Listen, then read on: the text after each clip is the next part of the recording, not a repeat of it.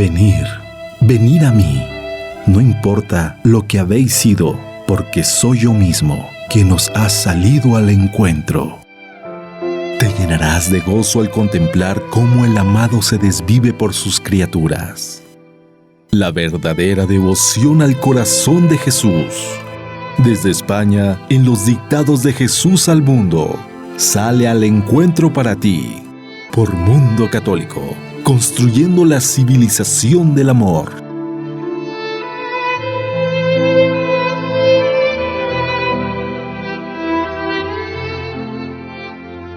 Buenas noches, queridos amigos, seguidores del Corazón de Jesús. Una vez más iniciamos este programa, La verdadera devoción al Corazón de Jesús, desde nuestros estudios en España, y continuamos avanzando, profundizando en estos mensajes que tanto fruto están dando y que tanta enseñanza también contienen y que tanto ayudan a que las almas puedan elevarse y crecer y llegar más al corazón de Jesús. Hoy tenemos el equipo habitual, pero además del equipo habitual, Óscar. Hola, buenas noches, José Antonio. Y Marisa. Hola, buenas noches. Tenemos también una invitada nueva que la vamos a presentar. Se llama Sonia. Sonia. Buenas noches. Es madre de familia, también enamorada del corazón de Jesús y de la Virgen María. Y hoy nos va a acompañar también en el programa. Así que le damos la bienvenida. Bueno, vamos a iniciar, como siempre. Hoy en este primer mensaje, en realidad van a ser dos mensajes que iban seguidos. El primero es del 3 de mayo del año 2000, que es de Jesús, y el segundo es 3 de junio del 2000 y es de San Miguel Arcángel. Tú me consuelas, hija mía, aunque solo permanezcas ahí, aunque estés muda y callada, con tu presencia me honras, con tu mirada me amas, con tu esfuerzo me das gloria. Yo valoro todo esto mucho más de lo que tú puedas imaginar. Que lo sepan las almas todas. Cada vez que venís a mí cansadas, fatigadas, agobiadas, pero confiadas, curáis mis heridas de ingratitud, las que vosotras me hicisteis y las que otros me hicieron, porque no os buscáis, sino que venís a buscarme, el Dios del consuelo, el Dios que necesita de vuestro consuelo. Venciéndoos a vosotras mismas, ganáis la batalla, y el enemigo sale nuevamente perdedor en el campo de vuestra alma. Y mi gloria aumenta por este acto heroico de vencimiento. Y mi corazón ensancha sus entrañas al mirar y veros allí, reverenciándome ante mi altar, con las fuerzas humanas flaqueando, pero con las divinas venciendo. Venciendo y consolando, consolando así al amor de tantas y tantas ingratitudes, olvidos y abandonos de las almas que pensaron primero yo, y olvidaron que yo soy su Dios, al que deben dar las primicias de todo, de su vida, al que deben dar su amor, su alabanza, su tiempo, sus obras. Así en cada pequeño acto de vencimiento propio, yo venzo. Multiplicad los actos de amor, los actos de vencimiento, y reverenciad así a vuestro Dios y Señor. Amén. Soy Miguel. Satanás quiere abortar mi obra, dice el Señor, y yo no lo consentiré. Que tú sepas esto, el Señor está ahora y siempre contigo, su plan de acción no quedará abortado, Él nacerá en ti para todos los demás. Yo estoy detrás de ti con mi espada de luz, espada de fuego. Yo no permitiré que te toque Satanás, acude a mí. ¿Hay tanta gente tentada, Miguel? Sí, y van a arreciar aún más las tentaciones. Sed firmes, sed fuertes, permaneced fieles, yo os defiendo. El Señor ya ha vencido, pero debe vencer en vosotros. Batalla ganada, aunque aún no ha tenido lugar. Luchad hasta el final. Oh final triunfante, final dichoso, final expectante de todo el cielo, de toda la creación. Caminad, la senda se ha vuelto más oscura y lo será aún más. Daos la mano y congregaos junto a María. Orad, inmolaos, llevad así a cabo la misión encomendada. Yo también estaré junto a todos, yo os defenderé.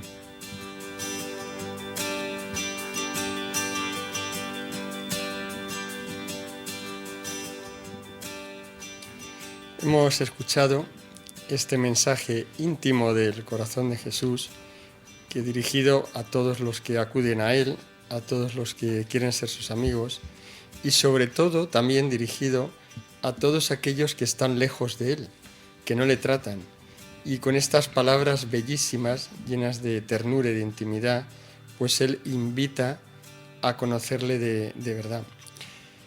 La verdad es que es difícil, yo cuando meditaba estas palabras esta mañana, es difícil que alguien que las escuche por primera vez, incluso aunque esté muy alejado de Jesús, no le conmueva, ¿no? O no por lo menos no le llamen la atención, ¿no? O le entre por lo menos el deseo de decir, bueno, ¿quién es este que me habla así y que me invita de esta manera, ¿no? Y es que además Jesús, además de llamarnos, por otro lado nos enseña y nos enseña a todos, ¿no? Tanto a los que están lejos como a los que, quiero decir, somos sus amigos, ¿no? Y procuramos pues tener un trato con Él. Y en este mensaje tan cortito, pero en cambio Él nos da unas enseñanzas valiosísimas sobre lo que es la oración. Y nos va recordando pues varias cosas que son fundamentales, ¿no? Que son casi básicas en todo lo que es una vida de oración de un cristiano.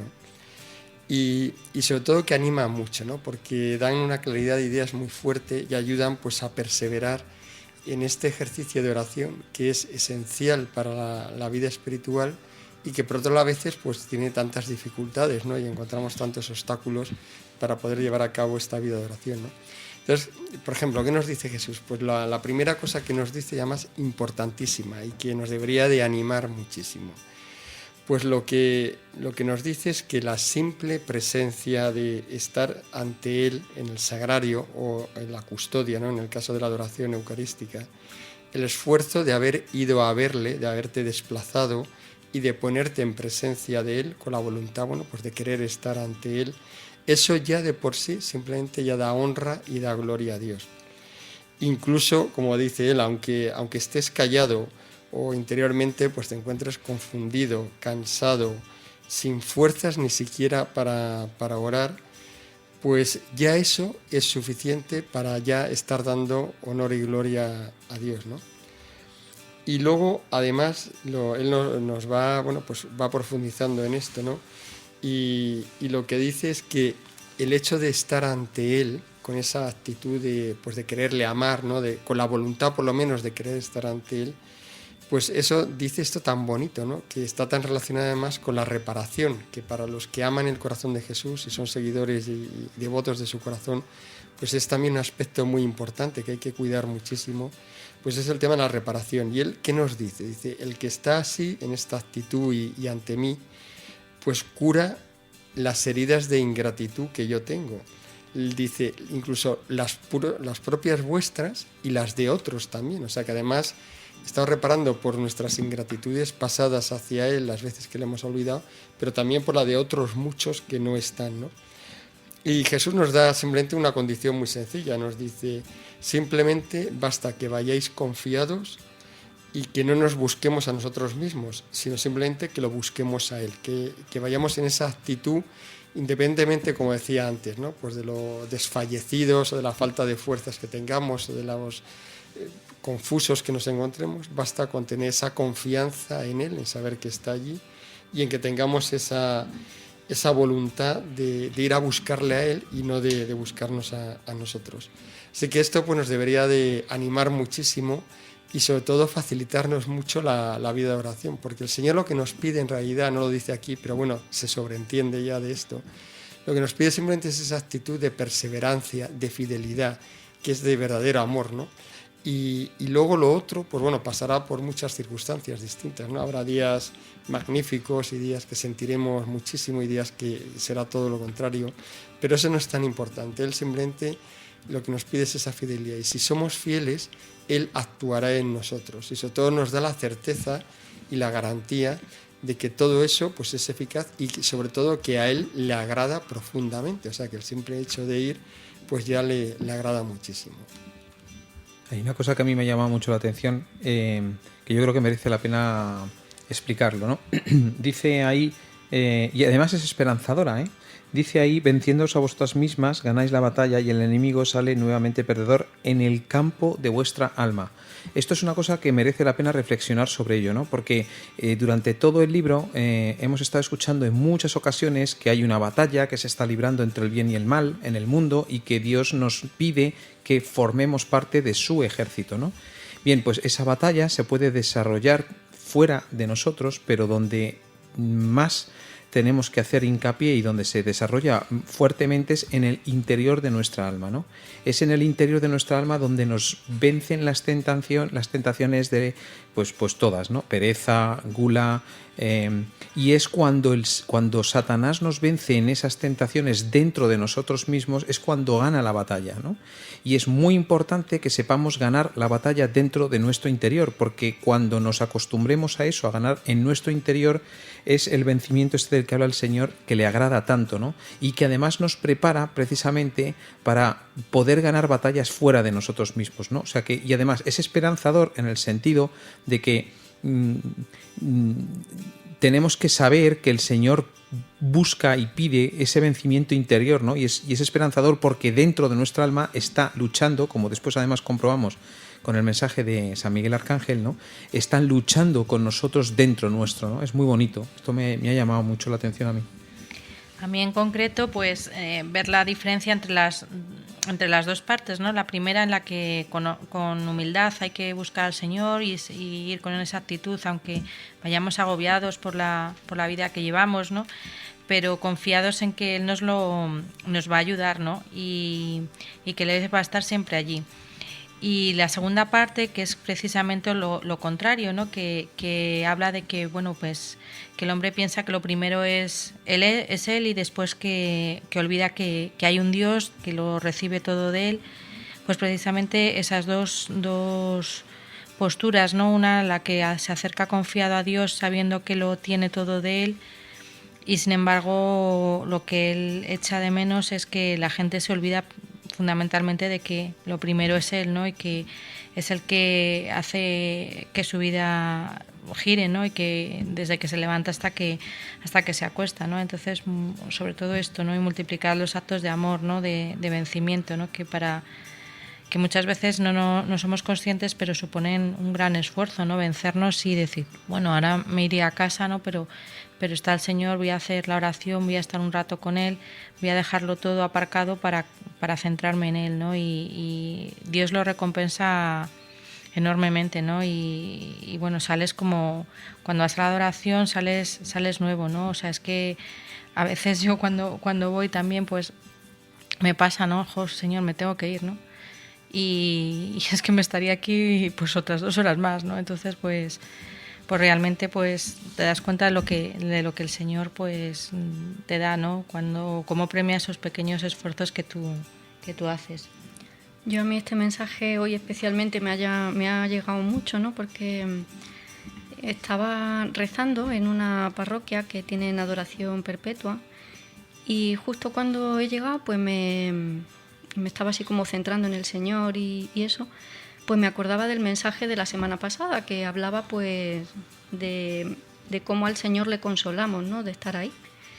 Y yo estaba pensando, ¿no? Como dudando, yo podré consolar al Señor de verdad, yo como dudando un poco, ¿no? Y justo me voy y me pongo a leer el mensaje de ¿no? De hoy y veo que el primer párrafo es eso: tú me consuelas, hija mía, aunque solo permanezcáis ahí. O sea, es que me he quedado como de piedra, ¿no? Y pues justo que hoy tenía como la sensación de que le daba disgusto más que otra cosa, ¿no? Pues fíjate qué forma, ¿no? De decirme el Señor que no, que se siente bien porque yo esté ahí, ¿no? Y pensaba también lo importante, ¿no? Que es ir a rezar delante del Sagrario, ¿no? Y ya mejor aún ante el Santísimo. Bueno, qué bonito esto que has contado, Marisa, sí. Porque además esto me recuerda que muchas personas nos han contado que han tenido experiencias parecidas, que a lo mejor estaban dándole vueltas a algún tema que les preocupaba, estaban pensando sobre ello, y en un momento pues han abierto el libro y justo la primera frase que leen es la respuesta a ese tema que les estaba preocupando, ¿no? Y eso le ha ocurrido a muchísima gente. Yo tengo me han contado muchos testimonios, ¿no?, de muchas personas que les ha ocurrido, y qué casualidad, pues que mira, justo pues a ti también te acaba de ocurrir hace muy poco, ¿no? En realidad, como decía Sonia, que yo creo que es muy importante también, cuando hablaba de los que dicen yo primero, ¿no? Primero yo, ¿no? Que parece como un poco la actitud que dice, claro, es que yo tengo que ser el primero, ¿no? Que a veces también, es que no lo decimos así con este descaro, ¿no? Pero decimos, es que claro, tengo esto que es muy importante y tengo que hacerlo, claro, no voy a dejar de hacer esto porque, claro, entonces, bueno, pues ya haré la oración, ya iré a ver a Dios, pero primero tengo que hacer esto y esto y esto. Y claro, estos cristianos, y somos cristianos también, los que decimos eso muchas veces, ¿no? Aquí nos podemos incluir todos, pues seguro que en muchas ocasiones nos ha ocurrido esto. Y es que olvidamos lo esencial, que es el primer mandamiento. Digo, olvidamos porque se nos olvida y deberíamos de repetir, ¿no? Como el antiguo Israel, ¿no?, que tenía grabado en las filactelias, ¿no?, ese primer mandamiento. Ese primer mandamiento que dice, amarás al Señor tu Dios con todas tus fuerzas, con toda tu alma y con todo tu corazón. Y luego Jesús pues nos lo va desgranando para que no se nos olvide y para que lo entendamos bien, ¿no? Dice, yo soy tu Dios, al que se deben dar las primicias de tu vida, al que deben dar su amor, su alabanza, su tiempo, sus obras. O sea, que nos está diciendo que es que Él es el primero y que a Él es al que hay que dar, en primer lugar, pues nuestro tiempo, el mejor tiempo y el primer tiempo es para Él. Nuestras obras, las primeras obras y las mejores son para Él. El amor igual, y en nuestra vida exactamente igual. Y eso es el primer mandamiento. Y eso se nos olvida. Entonces tenemos esta confusión, ¿no?, que decimos, bueno, claro, pero es que tengo que hacer esto y lo otro. Y entonces tenemos la prioridad totalmente trastocada y ni siquiera nos paramos a pensar y a meditar y a ordenar nuestra vida en ese sentido. Entonces, claro, por eso todo se nos va torciendo porque no hacemos esto. Y Él nos lo dice aquí con toda claridad y nos lo recuerda con mucho cariño, con mucha ternura, diciendo, pon a Dios lo primero. Y si lo haces así, pues ya verás cómo estas cosas pues son muy distintas y cómo realmente... y es que además nos da esta promesa de que encima le consolamos a Él, consolar a Dios. Es que no hemos meditado tampoco la grandeza que es que la criatura consuele a Dios. Y si lo pensáramos también, también tendríamos es tremendo. Una actitud muy, muy distinta. Bueno, ya no nos queda casi tiempo, pero bueno, por comentar un poquito ya que San Miguel nos ha dado un mensaje, yo creo que merece la pena siempre recordar. Hay una nota que no hemos leído, ¿no? Pero la nota describe Marga cómo es la voz de San Miguel, que es curioso también y es interesante. Dice que es una voz que es como un susurro, lenta y que es bella, ¿no? Es una voz bella, es como de un espíritu muy bello. Dice que es como un amigo, un amor puro, un amor de amistad, de hermandad. Dice como de hermano mayor. Va describiendo un poco cómo ella ha sentido esa voz, ¿no? Dice es como un espíritu de paz, de alegría, de armonía, ¿no?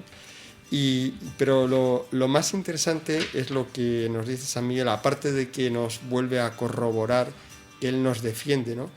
Ya lo hemos hablado en otros programas, ¿no? Los ángeles, el papel y la misión que tienen los ángeles, cómo ellos nos ayudan, y San Miguel nos dice, oye, invocarme porque yo os ayudo, yo os protejo, ¿no? Pero hay una frase muy bonita que dice él, dice, el Señor ha vencido. O sea, nos vuelve a recordar que la batalla ya está ganada y que el Señor ha vencido, pero debe vencer en vosotros. O sea, nos recuerda algo importantísimo, central en la teología católica, y es que la redención está realizada, pero nosotros tenemos que acoger y que recibir esa redención y quererla realmente y aplicarla en nuestra vida. Es ese tesoro, pero que tenemos que ir a por él, porque si no se pierde, se queda ahí y se pierde, ¿no? Y también pues nos recuerda esto así de forma tan sencilla, con esta frase tan bonita, ¿no? El Señor tiene que vencer en nosotros. Él ya tiene la fuerza para vencer, pero nosotros tenemos que dejarle que venga a vencer en nosotros. Y ya vamos a pasar al siguiente mensaje, que también van a ser dos mensajes, van continuos. El primero es del 18 de marzo del 2002 y el segundo es del 8 de abril del 2002. Los dos son de Jesús. Cuando te falte el aliento, ven a mí. Cuando te sientas perdida, ven a mí. Yo, tu Dios, estaré dispuesto para ti en los momentos en que me pudieras necesitar, y cuando me llames, vendré. Yo sostengo a mis elegidos. No les abandono en la mitad del camino, les doy fuerzas para seguir, para continuar por la línea recta del amor, marcada por el amor. Sí, hija, ven a mí, soy yo. Oh, ejército del corazón de Jesús, que te has formado con lo peor, lo que nadie del mundo quiere ya. Los cojos, los lisiados, los pobres, los andrajosos, los mancos y ciegos, los sordos, los mudos, ven, oyen, cantan, andan, saltan. A ellos ha venido la liberación, el perdón de sus pecados. A ellos ha venido el reino de Dios. Ve y di a los demás lo que habéis visto y oído. Los cojos andan, los ciegos ven, los muertos resucitan. Ha venido a vosotros la salvación del mundo, el perdón de los pecados de Israel. Ha venido a vosotros el reino de Dios. Aleluya, hija mía. Antes de que pase la pasión, tú ya sabes que vendrá la resurrección. Qué mejor regalo. Prepárate, oh hija, a sufrir por mí. Ven, entra, súbete a esta cruz que yo tengo preparada para ti. No tiembles, es tu salvación. Estás sobre mi corazón. Ven conmigo, ven por aquí. Mira, este es el camino estrecho, el camino viejo, por el que han ido tantos y tantos antepasados tuyos y vuestros. Y mira cómo lo habéis olvidado. Vais tras otro, buscando otro, modernidades, extravagancias, rarezas, hechos extraordinarios, visiones extraterrestres, modas, piropos, halagos. Sí, vaciedad de obras. Esto hace mi moderna iglesia de hoy, ir por el camino equivocado, buscando extravagancia de nuevos ritos y encumbrando a los soberbios que sin rectitud buscan perderse a sí mismos y perder al pueblo. Oh soberbia, pecado tan antiguo y siempre nuevo.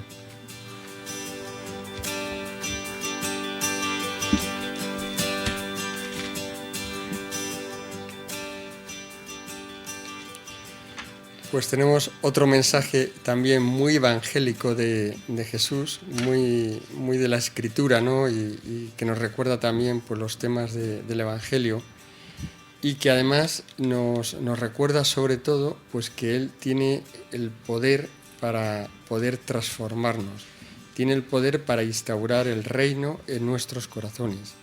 Nos recuerda quién es Él, ¿no? Que es el que lo puede todo, y que por tanto es a Él a quien tenemos que acudir, y por tanto es Él el camino, ¿no?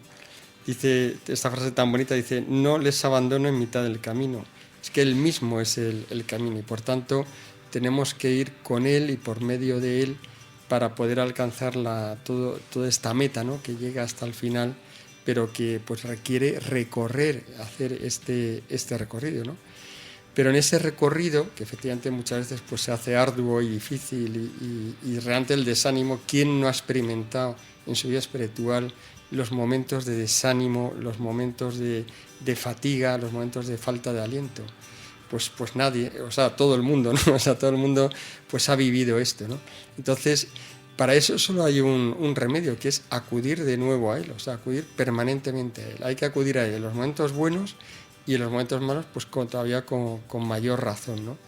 Y Él promete, ¿no? Y dice, cuando le llamas, viene, y te da las fuerzas y te sostiene. Y hay otra parte también que es muy interesante, que es lo que el comentario que le hace Marga, ¿no? Y le dice, ejército del corazón de Jesús, que te has formado con lo peor, ¿no? Con lo que nadie del mundo quiere ya, ¿no? Y ya Jesús retoma el mensaje y entonces ya va tomando un poco el paralelismo, ¿no? con la Escritura, ¿no? Y empieza a hablar de los cojos, los lisiados, los pobres, los andrajosos, ¿no? Y que todos estos, que son los que están enfermos y lisiados y tarados, ¿no? Pues resulta que ahora ven, oyen, cantan, saltan, y entonces pues va haciendo este símil tan bonito que también deberíamos de aplicarnos. Y es que esto en nuestro mundo actual y traducido, pues claro, pues ya sabemos cómo piensa el mundo. O sea, en el mundo ahora mismo los que importan y los que valen, pues son los que están conformados con el éxito tal como lo define el mundo. Entonces, eso quiere decir pues que hay que tener salud física, hay que tener una apariencia física pues lo mejor posible, y hay que hacer lo que sea necesario para tener esa apariencia física. hay que tener éxito, dinero, éxito en lo material, fama, ser conocido. Pero esto ya no hablo aquí de los actores de cine ni esto, sino es que hablo de que me contaban hace poco los jóvenes cómo compiten para tener mayor número de seguidores y cómo buscan las mejores horas para subir las fotos, para tener así más me gusta, ¿no?, de estos acumulados, y entonces hay una auténtica obsesión, ¿no?, por ver a ver quién es más popular, quién tiene más seguidores, quién le sigue más, etcétera. Entonces estos son los criterios del mundo, que son los criterios que seguimos nosotros, incluso como cristianos, pues los tenemos muy metidos también en nuestro interior. Y en cambio Jesús nos dice algo que nos cuesta muchísimo, ¿no? Decir, mira, yo trabajo cuanto más humilde, más pequeño, más sencillo seas, menos éxito tengas, según lo ve el mundo, pues voy a hacer muchas más obras dentro de ti. Y entonces, si estás ciego, lisiado y tuerto, pues no te preocupes, porque como dejes que yo te lleve, pues voy a hacer todo lo contrario. O sea, te voy a curar, te voy a sanar, te voy a transformar, y vas a ser mucho más que cualquiera de los que pobrecillos, porque en el fondo pues van como esclavos, ¿no? Porque claro, los que van pendientes de su aspecto físico, de los tweets y de los seguidores, etcétera, pues están esclavos de, pues eso, de algo que hoy es y mañana no es nada y desaparece, y entonces te hundes en la miseria, pues por eso, porque ya no has perdido el dinero o has perdido esto, y además, ¿quién te va a garantizar eso? Si es que nadie te lo puede garantizar. Y es una vida pues muy triste, ¿no?, y muy desgraciada. Y en cambio, pues Jesús nos dice, es todo lo contrario. O sea, tienes que cambiar, daros la vuelta y verlo con este otro criterio, que es el que os digo yo, ¿no? Y pues es tan bonito, ¿no?, como lo dice él, ¿no?, con este estilo bíblico, ¿no?, pero que realmente, bueno, incluso dice, los muertos resucitan. O sea, que incluso es tan grande como que incluso alcanza la resurrección, y aquí también lo podemos aplicar a la resurrección de la vida de la gracia, ¿no? O sea, que incluso el pecador muerto a la vida eterna, pues también resucita por medio de él, ¿no? Y ya, ¿qué más podemos pedir, no? Después a mí me gustaría remarcar una cosa que dice Jesús al final del segundo mensaje, y es que a pesar de todo el hombre sigue buscando la trascendentalidad de la vida, ¿no? Sigue buscando, o sea, no le llena el mundo, no deja un vacío, ese largo etcétera, ¿no?, de buscáis modernidades, rarezas, modas, piropos, halagos, eso deja vacío al hombre. Y sin embargo, dice, también buscamos hechos extraordinarios, rarezas, visiones extraterrestres. Es decir, el hombre tiene muy dentro de sí la imperiosa necesidad de buscar lo trascendental, de buscar el más allá. Lo que pasa es que está rechazando la vía que nos ha dado Jesús, que nos ha dado Dios, para buscar la trascendentalidad a este mundo que no nos llena, que es el camino de la cruz. Yo me he fijado en el último párrafo del primer mensaje, ¿no?, cuando Jesús le dice a Marga que qué mejor regalo que se suba a su cruz y que no tiemble, que es su salvación, ¿no? Y es que apunta a Marga una nota ahí al final que dice, había como una banqueta y Jesús me daba la mano para subir a la cruz. Yo tenía frío y miedo y temblaba, ponía el pie. Y no sé, me ha parecido como eso, que Marga le da la mano a Jesús para subir a su banqueta, a subir a la cruz, y dice que temblaba, ¿no?, que tenía miedo, pero ponía el pie, aunque tenía miedo, ¿no? Y me pareció un gesto muy bonito, ¿no?, a imitar, de confianza en el corazón de Jesús. Poner el pie, aunque sea temblando de miedo, porque a nadie le gusta la cruz, claro, pero sabiendo que Jesús nos coge de la mano y para subirnos a nuestra cruz y entregarnos pues a la tarea que a cada uno nos haya puesto el Señor, a complicarnos la vida, ¿no?, por amor de Dios. Bueno, a mí también me llamaba en este párrafo la atención, es cuando habla de que se suba a la cruz, ¿no? Súbete a esta cruz, yo tengo preparada para ti.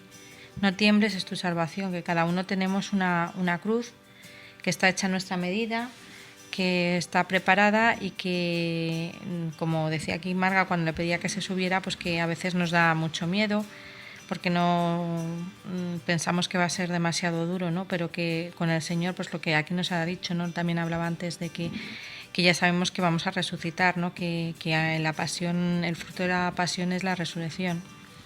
y bueno, pues me gustaba mucho, ¿no? Y también me gustaba mucho el párrafo donde habla de los pobres y de los lisiados, porque esto ya pasaba en el tiempo de Jesús.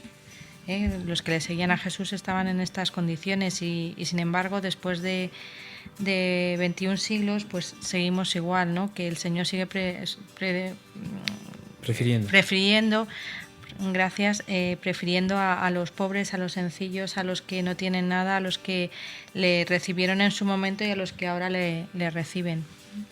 Sí, es muy interesante lo que habéis dicho de la cruz, porque además hay algo que también deberíamos de reflexionar, y es que la cruz ahora es muy distinto antes que después de la redención de Jesucristo y de la resurrección de Jesucristo. Porque antes la cruz era pues tú solo con la cruz y con ese sufrimiento, y en cambio después de la redención de Cristo, como mínimo sabemos que en la cruz está Él también. O sea, cuando Él dice súbete a la cruz, pero es para subir a la cruz, pero para estar con Él, que es algo muy distinto. O sea, no es subirse a una cruz a sufrir, es más bien me subo a la cruz porque Cristo está allá en la cruz, entonces con quien quiero estar es con Cristo, y como Él está en la cruz, pues yo también estoy en la cruz, y entonces en ese sufrimiento de alguna forma pues me uno a Él, a esa actitud que Él tiene de ofrecimiento y de cordero, y que da ese fruto redentor de la redención. Y lo que ocurre es que al estar yo con Él y unirme también a ese mismo actitud interior de sacrificio y de ofrecimiento, pues yo también estoy colaborando en la redención. Por tanto, claro, no tiene nada que ver, por eso el antes de el después. Y por tanto, pues claro, tendríamos que verlo también de una forma muy, muy distinta, ¿no? Y mucho más pleno, con mucha más plenitud y con mucho más sentido, ¿no? de lo que significa esto de la cruz, ¿no? Bueno, casi no nos queda más tiempo. Yo, de todas maneras, por completar bueno, pues aquí también hay alguna cosa interesante. Digo, porque es de mucha actualidad también. Yo creo que merece la pena por lo menos recordarlo, ¿no? Jesús nos habla, dice, mira, este es el camino estrecho, el camino viejo por el que han ido tantos antepasados tuyos, ¿no? Y lo habéis olvidado y vais tras otro, ¿no? Y esto, pues me recordaba mucho hace poco, hablaba con algunos sacerdotes y ellos pues expresaban un poco la queja y el dolor, es decir, que por ejemplo en facultades de teología, no voy a decir el nombre por supuesto, pero iban hablando de determinadas facultades de teología donde a lo mejor la doctrina cada vez se iba alterando más porque había como un afán, o sea, es decir, parecía como que era un rollo volver a explicar otra vez Santo Tomás de Aquino, toda la teología tradicional, que es la teología pues sólida, la que contiene pues la verdad plena y la que no te equivocas. Entonces parece como que explicar eso pues que es un poco rollo, que está antiguo, y entonces dice que comentaban pues que hay determinadas facultades de teología que entonces van buscando pues las novedades, la última novedad teológica que ha salido, la última novedad filosófica. Entonces eso lo van metiendo, lo van introduciendo, y al final pues terminan causando un daño tremendo, porque claro, todo esto, pues bueno, hay cosas que están bien, otras están mal, algunas puede ser un avance, pero es un poco lo que dice el Señor, dice, olvidáis lo esencial, el camino cierto, seguro, centraros en eso y iréis con toda seguridad. ¿Qué necesidad tenéis de meteros en novedades y en modernidades y rarezas, ¿no? Como va diciendo, que al final lo único que puede causar es confusión y sobre todo os puede meter en un camino erróneo, en una herejía o en algo que prepara luego una herejía, o cuando mínimo confundir el camino recto y que luego pues puede causar un daño tremendo. Entonces también es otra advertencia que nos da y que también debemos de cuidar, es que nuestra formación, y eso pasa también a nivel de cristianos, ¿no? Que muchas veces pues vamos a veces por detrás de los últimos mensajes que han surgido, o vamos detrás de la última aparición, o vamos detrás de cualquier tipo de cosa, ¿no? O del último sacerdote que parece que tiene mucha fama y que dice cosas nuevas y distintas, y no nos preocupamos de decir, bueno, pues a lo mejor en algún momento hay que ir y hay que escuchar algo nuevo, o hay que ver algo. Por ejemplo, aquí precisamente estamos hablando de mensajes del corazón de Jesús, pero intentando siempre ver estos mensajes cómo encajan pues con lo que es la tradición de la Iglesia, que ya vemos que encajan muy bien. De hecho, no hacen más que recordarnos lo que es la tradición y la doctrina de la Iglesia. Pero tengámoslo en cuenta. O sea, primero, dediquémonos primero a formarnos y a conocer realmente lo que es la doctrina de siempre de la Iglesia, y cuando eso lo tengamos bien, pues a lo mejor ya se puede investigar alguna cosa nueva, ¿no? Vamos a hacer un intervalo musical y continuamos ahora enseguida.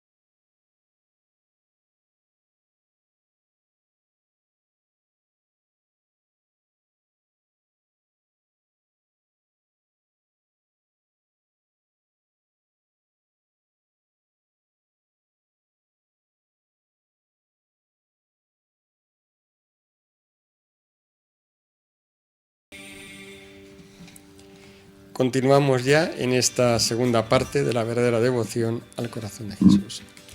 Y vamos a comenzar, porque yo creo que también es bueno pues recordar un poco de historia de santos y personajes que a lo largo de estos 20 siglos de historia de la Iglesia pues de alguna forma también han tenido como un papel importante en este crecimiento, ¿no? Y en este conocimiento y profundización de la devoción al corazón de Jesús, ¿no? No se necesitarían probablemente varios programas para pues ir recordando y conociendo pues a todos los que han sido tocados. Recordamos que ya los papas han dicho en varias ocasiones que la devoción al corazón de Jesús es el centro de la espiritualidad del cristiano, o sea, que no es algo periférico ni algo tipo devocional como tal, sino que es realmente la esencia de la vida espiritual del cristiano, ¿no? Por tanto, es lógico, ¿no?, que en toda la historia de la Iglesia pues esto haya ido apareciendo con un formato o con otro, o sea, que a lo mejor pues no se decía explícitamente devoción al corazón de Jesús, pero realmente lo que había detrás pues era esto, ¿no? Entonces, yo me gustaría centrarme, hay una época de la Iglesia que es muy interesante, muy rica también en místicos y en crecimiento espiritual, que es ya a partir del siglo XI, del siglo XII. En ese momento ya la Iglesia, toda Europa es cristiana, desde el norte de Suecia hasta el sur, pues es totalmente, todos los reinos son cristianos, y todos los monasterios, ¿no?, pues ya se han expandido, ¿no?, por toda la geografía. Entonces, en ese periodo muy rico, pues hay como una explosión también de santos que tienen experiencia mística pues relacionada con el corazón de Jesús. Entonces, pues yo creo que es interesante y pues también conocer un poco pues quiénes son estos antecesores, ¿no?, de la devoción, que probablemente no son tan conocidos, pero que también han contribuido, ¿no?, a que esto pues haya ido creciendo y desarrollándose, ¿no? Tenemos, por ejemplo, de los cistercienses hay muchos. Un ejemplo pues puede ser Santa Luzgarda, que es del año 1246, y ella tiene el honor de ser una de las primeras difusoras de la devoción al corazón de Jesús. Ella tuvo una visión donde Jesús le mostraba la herida de su costado. Se considera incluso como la primera visión medieval del corazón de Jesús. Y pues ella aprendió, el Señor le fue enseñando. En una ocasión, por ejemplo, pues Jesús le pregunta qué regalo desea, y ella le responde, quiero tu corazón. Y Jesús, ¿qué pensáis que le responde Jesús? Pues dice, Jesús le responde, y yo quiero el tuyo, ¿no? Muy apropiado. Y entonces, pues ocurrió un evento probablemente sin precedentes conocidos, que es que el Señor intercambió místicamente ambos corazones. Esto nos suena porque luego se ha ido desarrollando mucho más, las bodas místicas y que otros santos pues que también han vivido. Pero pues tenemos aquí un antecedente, ¿no? Luego hay todo un grupo de místicas alemanas que también de un periodo similar, que además con nombres similares, ¿no? Siempre todo el mundo se confunde, ¿no? Santa Matilde Magdeburgo, que es del 1282, y Santa Matilde de Hatteberg, que también un periodo muy similar, 1299. Y luego ya la probablemente más conocida, Santa Gertrudis de Helfa, que se le llama también la Grande, también cisterciense, y ella sí tiene muchas y revelaciones del corazón de Jesús.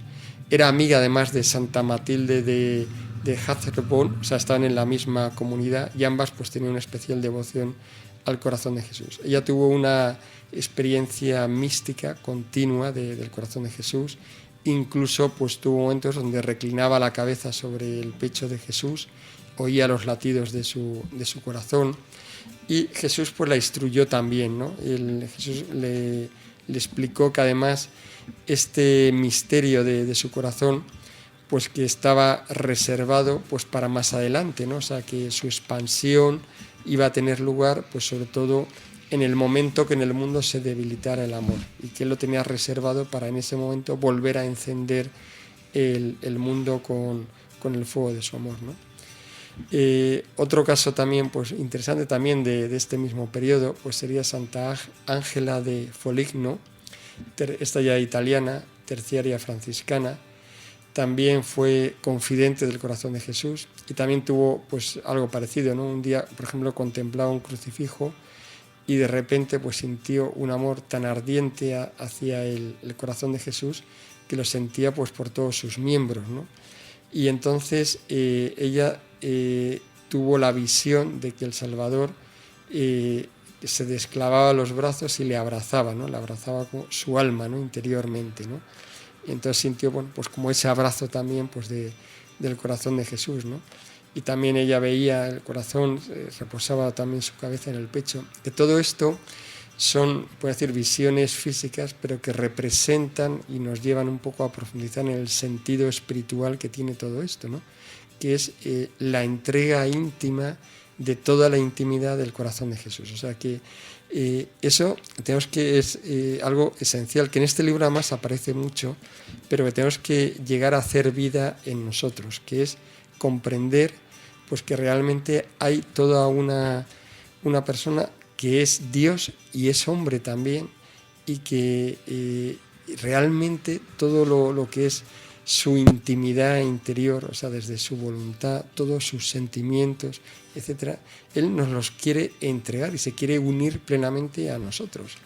Y por eso, claro, nuestra única respuesta solo puede ser darnos totalmente, o sea, darnos en su totalidad. O sea, cuando eso lo entendemos y lo empezamos a vivir, solo te puede llevar a decir, pues yo es que lo primero de todo es Él, y además le voy a dar todo, y le voy a dar sobre todo lo interior, que es lo que nos cuesta realmente, porque claro, los actos externos de doy una limosna, pues un día a la semana me dedico a un apostolado, pero el salto realmente importante es cuando uno se da cuenta y entiende que Jesús te está pidiendo todo tu interior, que todo tu interior pues realmente le pertenezca a Él y vivas en Él, porque Él también quiere vivir con toda su infinitud y con toda su inmensidad dentro de ti. Entonces no puedes estar pues reservando partes y decir esto es solo para mí y esto para hacer lo que a mí me dé la gana y lo que yo quiera, porque claro, no es posible. O sea, esto solo se entiende en esa reciprocidad,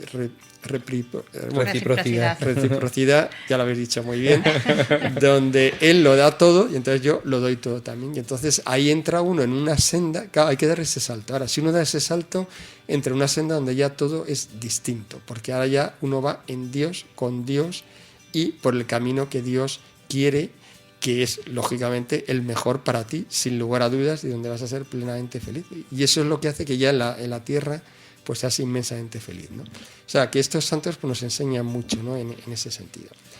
Y ya vamos a continuar con el último mensaje de este programa. Es un mensaje del 15 de abril del 2002 de Jesús.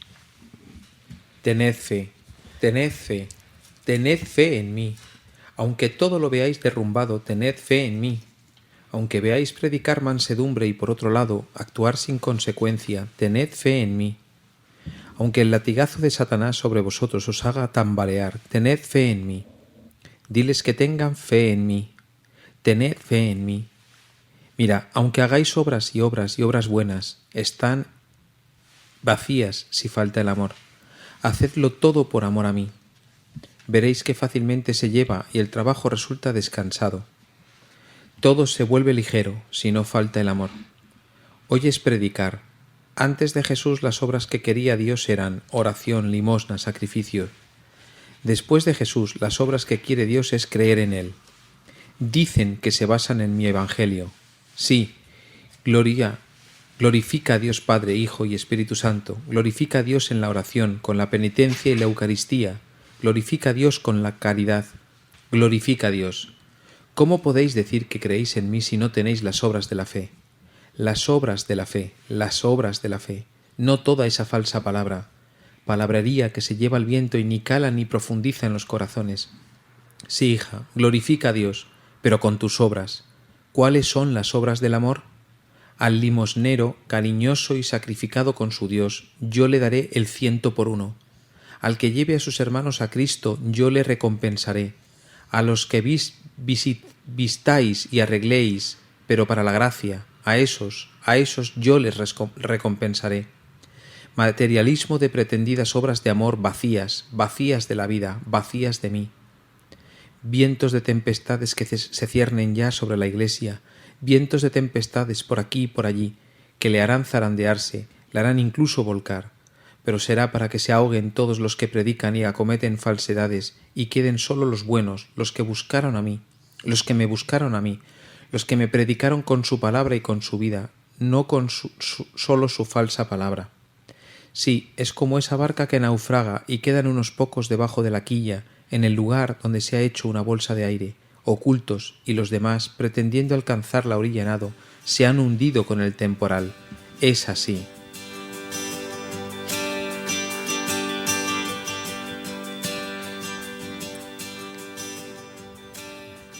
Pues de nuevo tenemos hoy otro mensaje también muy evangélico sobre cuál es el verdadero camino de salvación, que necesita de la fe y de las obras.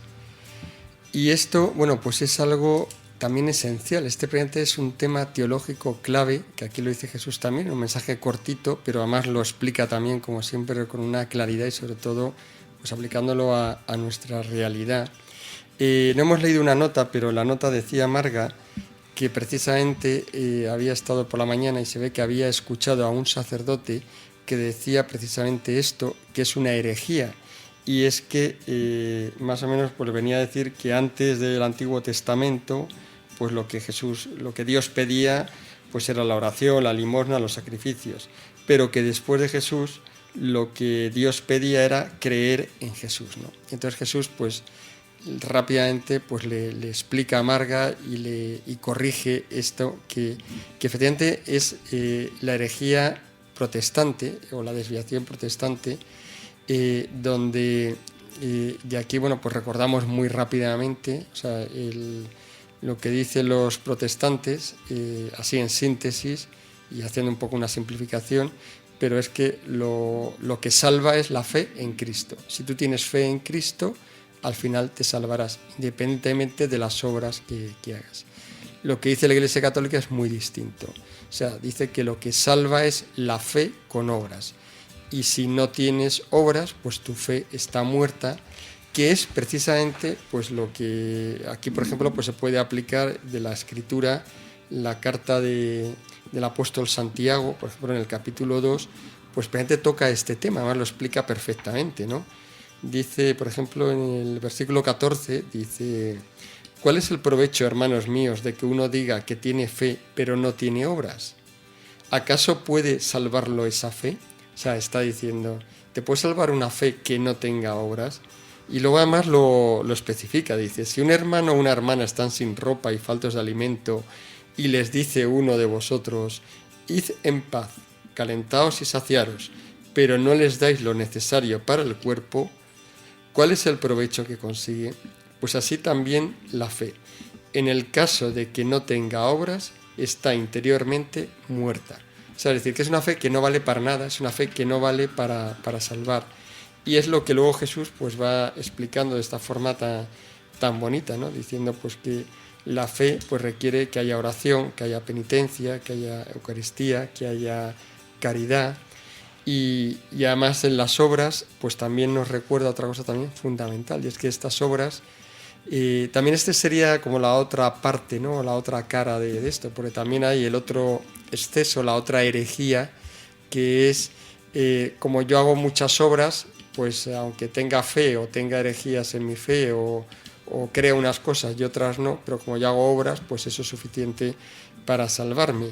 Y eso pues también el Señor lo corrige, ¿no? Y dice, solamente las obras hechas por amor a Dios. O sea que el llamado, bueno, pues a lo mejor la ONG como tal, ¿no? En sentido amplio, que es decir, bueno, pues la preocupación por la humanidad, que lógicamente es bueno y eso es un camino que se inicia y que al final tiene que terminar llevando a Dios, pero que en sí mismo no es suficiente tampoco. O sea, la salvación, estás hablando de la salvación del alma, y la salvación del alma pues requiere que estas obras estén hechas también con la fe, y hechas con la fe quiere decir que estén hechas por amor a Dios y con amor, que ese también es otro aspecto muy, muy importante, ¿no? Aquí también, si recordamos el himno del amor, ¿no? de San Pablo a los Corintios, pues ahí también dice, y matiza muy bien esto, incluso dice, puedes hacer obras espirituales impresionantes, dice, puedes flagelarte, hacer sacrificios extraordinarios, puedes tener ciencia teológica como el mayor de los teólogos de todo el mundo, pero si no tienes amor, no tienes nada también. Y va un poco corrigiendo pues todas las grandes cosas que podemos hacer, pero que sin amor no son nada, ¿no? Por tanto, ¿qué ocurre? Que la escritura pues la tenemos que leer en su conjunto para sacar de ahí pues lo que es la foto, ¿no? Que explica todo, ¿no?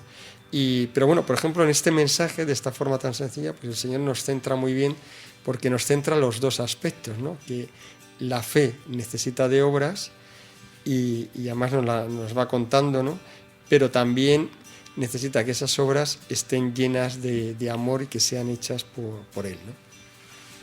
Y después, no solamente nuestros hermanos protestantes, ¿no? que bueno, pues que digamos es el máximo exponente de esta fe sin obras, ¿no? Que en realidad habría que ver, porque también hay algunos protestantes que sí que pero pasa dentro de la Iglesia Católica. Estas beaterías, ¿no? que nos inundan hoy en día en la Iglesia Católica, este llevar muchas medallas, ¿no? Como forma de casi como si lleváramos un amuleto, ¿no? Y olvidarse de lo que son las obras de caridad. O incluso, por ejemplo, esto de rezar muchos rosarios, metralleta, como lo llamamos nosotros, ¿no? Esto de rezar un rosario a toda velocidad, sin pensar y sin meditar y sin saborear lo que se está diciendo, ¿no? O sea que también nos puede pasar dentro de la Iglesia Católica, hay que tener cuidado, ¿no? Sí, bueno, yo también me llama mucho la atención en este mensaje, sobre todo que insiste mucho en tener la fe en Él, insiste mucho en la palabra en mí, creéis en mí constantemente, ¿no? Porque a veces tenemos la tentación o podemos caer en la tentación de ver las cosas que hacen los demás, ¿no? Y realmente lo que tenemos que tener puesta la mirada es en Él. Es lo que nos dice en el Evangelio, ¿no? Y también pues me ha llamado también mucho la atención pues que las obras de la fe pone mucho hincapié en que llevemos a los hermanos, a los que vistáis y arregléis, pero para la gracia a esos yo os lo recompensaré, ¿no? Que es lo que realmente que el Señor quiere, ¿no? Que le llevemos esas almas a Él, ¿no? Y que nada de eso va a perderse, ¿no? Que todo lo que hagamos pues realmente es la forma de demostrar las obras a Dios, ¿no? De acercarles a Cristo y a su madre, ¿no? Y luego también pues también pone de manifiesto un poco lo que también hablábamos antes en la época de Jesús, que es el tema de los fariseos, ¿no? Muchas palabras, pero luego pues no hacían lo que ponía la Biblia y lo que Dios quería, ¿no? Y esto también nos puede pasar a nosotros, ¿no? Entonces, estar siempre también muy vigilantes en este aspecto, ¿no? Y la barca, ¿no? Que pone aquí que naufraga, bueno, pues esto yo también me acordaba del sueño de San Juan Bosco, ¿no? Cuando la barca de la iglesia, ¿no? Pues es verdad, ¿no? Pero si tenemos puesta la mirada, tenemos fe en Él, pues nada nos puede pasar, ¿no? Sí, parece como que en esa época de la que habla Sonia, el flotador que nos va a hacer estar ahí arriba y no ahogarnos, pues va a ser la coherencia de vida, ¿no? Lo que digamos, que sea lo que hagamos. Sí, pues mira, muy bien, me gusta esta reflexión así sencilla, pero que me gusta esa palabra, efectivamente, la coherencia de vida, que es en realidad la fe con obras, que eso es lo que da la coherencia. Que además aquí astutamente el Señor nos recuerda así como pareciendo que no, pero nos está recordando las obras de misericordia materiales, las corporales y las espirituales, que yo creo que hay muy poca gente que se acuerda. Todavía las corporales, a lo mejor se acuerda de dar de comer al hambriento y de beber al sediento, yo creo que nos hemos quedado un poquito con eso y poco más, pero luego están las espirituales, ¿no? Enseñar al que no sabe, y muchas otras, no las digo ahora para no poner en evidencia a nadie, pero hay que mirarlas, las obras de misericordia espirituales, porque son muy importantes. Evidentemente es la caridad con el hermano en orden a su salvación eterna, y aquí de alguna forma, bueno, pues nos pretende recordar. Y bueno, ya por terminar, bueno, nos queda más tiempo. Lo que habéis dicho es muy importante, no había caído yo antes al leer el mensaje, que es el tema de la fe en Él, y que nuestra roca es la fe en Él, porque esto, claro, viene a cuento de que podemos escandalizarnos en muchas ocasiones. De hecho ocurre, ¿no? Porque nuestros propios hermanos en la fe nos pueden escandalizar, pueden caer, la propia Iglesia, incluso pues la jerarquía o personas relevantes de la Iglesia pueden caer, y de hecho ocurre todos los días. Entonces lo que nos dice el Señor es recordar que en último término vuestra fe no está ni tanto en los hombres de la Iglesia, sino en mí, y solo eso, porque yo soy el único que no os voy a fallar. Lo demás puede llegar a fallar todo, o sea, la Iglesia hasta puede tener un descalabro monumental y todo, ¿no? Pero Él no. Entonces, por tanto, que recordemos esto, ¿no? Que es Él en quien hay que fiarse, y por tanto no escandalizarse, veamos lo que veamos. Y como ya nos queda más tiempo, pues ya terminamos. Recordamos rápidamente cómo conseguir el libro. Sí, pues muy fácil.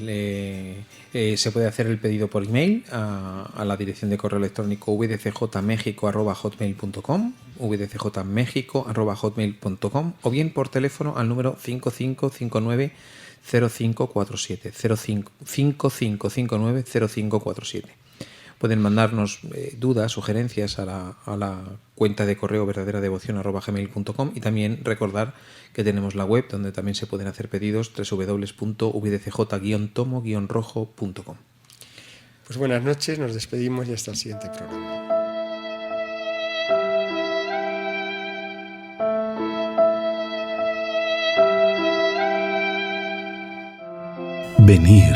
Venid a mí. No importa lo que habéis sido, porque soy yo mismo quien os ha salido al encuentro. Te llenarás de gozo al contemplar cómo el amado se desvive por sus criaturas. La verdadera devoción al corazón de Jesús. Desde España, en los dictados de Jesús al mundo, sale al encuentro para ti. Por Mundo Católico, construyendo la civilización del amor.